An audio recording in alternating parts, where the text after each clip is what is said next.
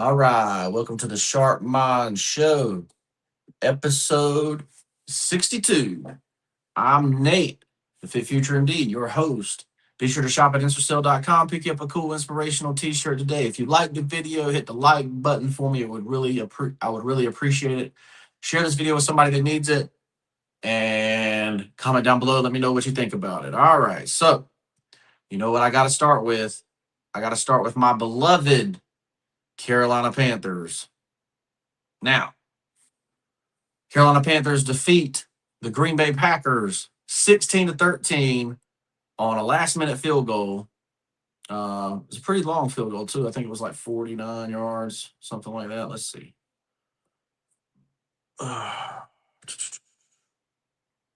Yep, 49 yards. We would already been winning if they hadn't done a group sexual celebration and got a penalty for it and during a touchdown. And then we missed the extra point. But besides that, a really good day for the Carolina Panthers. Obviously, they gave the bulk of the carries this time to Rico Dowdle. He had 24 carries, 130 yards, 5-yard average. And Chuba Hubbard really didn't do much on his 5 carries, 17 yards, 3.4. There's still going to be, some back and forth there. Hopefully, this is what I hope happens, right? We get to the end of the season and we have 2 perennial backs that are healthy, right, at the end of the season, and we could actually make a run into the playoffs. Obviously, Bryce Young didn't do much against this Green Bay Packers offense. 11 for 20, 102 yards. Once again, the passing game, I feel like it just kind of is predictable. They basically every play, every formation, it's like the cornerbacks and defensive backs are already there in the position waiting for Bryce to throw the ball to them. So I don't know if we're just too predictable in the passing game or what. Obviously, Green Bay. If this was going to be a defensive battle, Green Bay lost it because of turnovers, right? I mean, they were basically driving on us, almost the whole game, right? I think they got into the red zone 5, 6 times, and only came out with, 13 points, I think, in 1 touchdown, right? Jordan Love threw a pick. I think there was also a fumble. Yeah, so we got a fumble recovery. So from Savon Williams, fumbled the ball for Green Bay. So Green Bay had 2 turnovers in this game, and basically that's what kept the Carolina Panthers in this game, was our defensive prowess. Obviously, Rosenboom caused the fumble, and then you had Wharton. No, not Wharton. Who got the interception? Trayvon got the interception. And also had a dropped interception on a 4th down, but I guess either way it was a 4th down. But let me know what you think about the 5-4 Carolina Panthers. Like it's crazy. We're back to winning. Obviously, we got the Saints next week.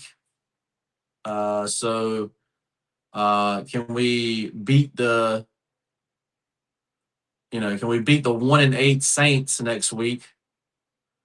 Obviously, they haven't been very good, but can we continue the prowess on the ground? Basically, like we're running the football, and that's really what we're good at. So let me know what you think about the Carolina Panthers in the comments below. This episode is brought to you by London and the Googly Goo, which is my wife's children's book.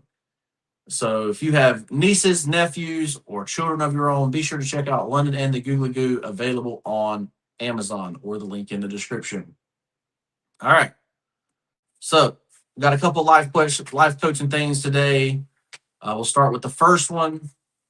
A girl asks, What does it mean when a guy offers to change your oil anytime, and when you take him up on the offer, he says, go have it done somewhere?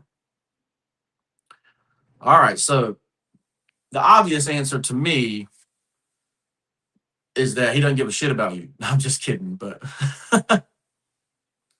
um, in all seriousness, what year car do you have? Is the car still under warranty? Because if the car's still under warranty, you have to get oil changes at a certified place.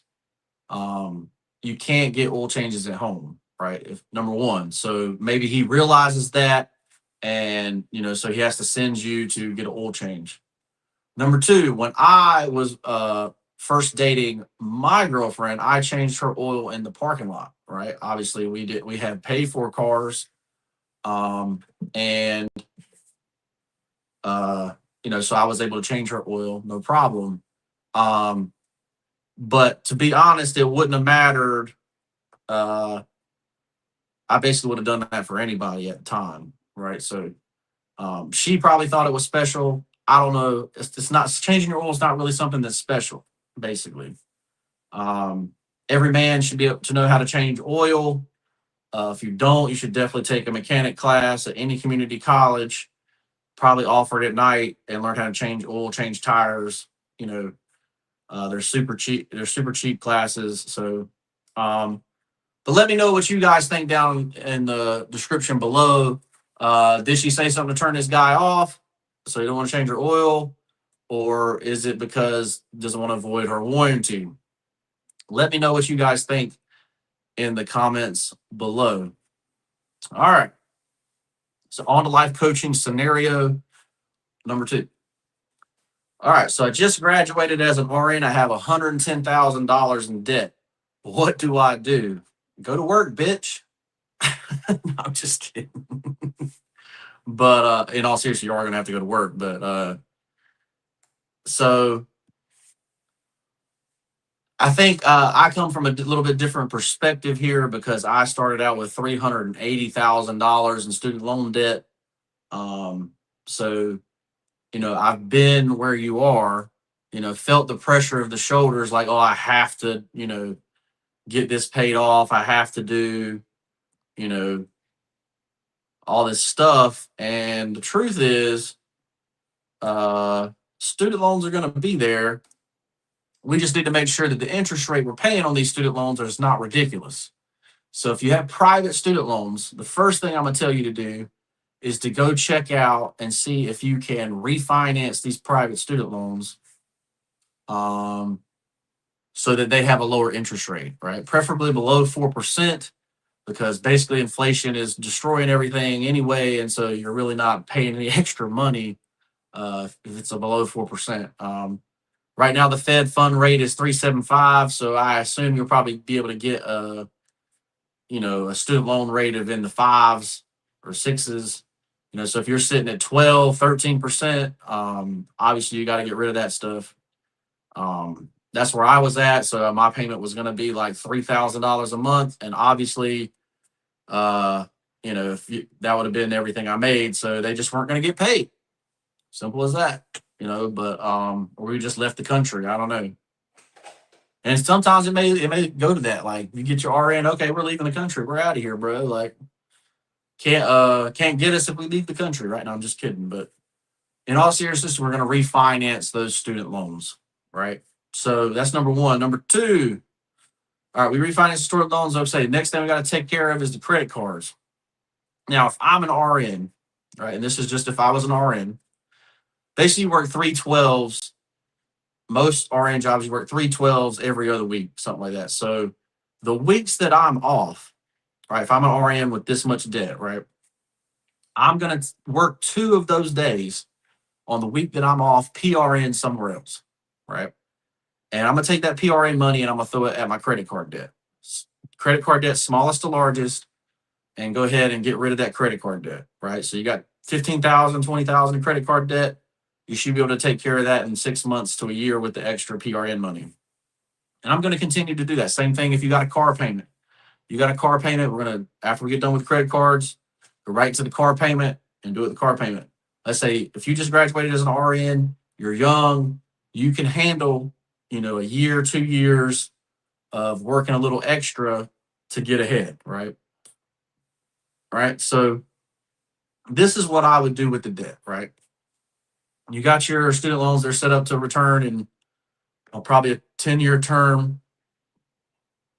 Hopefully you don't have to extend it out to 20. I extended mine out to 20. So my payment could be where I could live and invest and all that kind of stuff. So keep that in mind. This is what I would do if I was in debt, right? In student loans. Don't make it where it's this big thing and you're going crazy trying to pay it off. Like student loans are there. You had to have student loans to get ahead, to be an RN. Um, obviously some people got out without student loans and they did great, but some people don't. And if you're the ones that didn't, work a little extra, pay it off, and be done with it. Right. So let me know what you guys would do if you are an RN, just graduated, and you're $110,000 in student loan debt. So let me know. All right. I say the last thing of the day is, of course, the quote of the day, and it says, "A gentle answer turns away wrath, but a harsh word stirs up anger." This is Proverbs 15:1. And basically it says peace is also often how you speak, not how you feel, right? So um, basically, uh, when I met my wife's family, every time they would get together, it would end up in a fight with each other, right? And it was because they did not know how to de-escalate situations because of whatever jealousy they had, whatever was going on.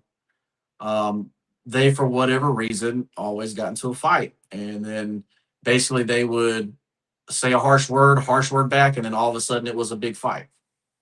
All right. And it was over stupid shit, over stuff that didn't even matter. Right. Like, so basically, if you can turn somebody says something negative to you, you can say, well, okay, they're an asshole. That's great. I'm moving on because I'm going to be better than them anyway. Right. So someone asks you a question and this was very difficult for me as well as a child, you know, your mom asks you, how do you look today? Well, you look like shit, mom. You hadn't slept, you hadn't done anything, whatever, you know, um, you've been out partying all weekend, what, whatever. But basically, if you can speak a certain way, you can de-escalate situations, right?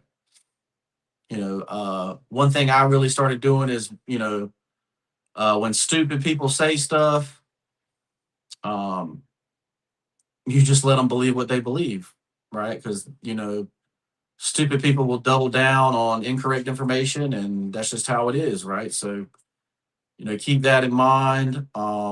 Let me know what you would do if somebody's saying harsh things to you. What do you do to turn around the situation? You got, of course, the Southern way, oh, bless your heart, that kind of stuff. What would you say, right? So, once again, thank you guys for watching this episode. Like this video, subscribe to the channel, share the video with somebody that needs it. Shop at InstaCell.com if you're looking for a cool, inspirational t-shirt. And it's locally made here in the United States, so printed in the United States. Check out London and the Googly Goo, and we appreciate you watching. We'll see you in the next one. Peace.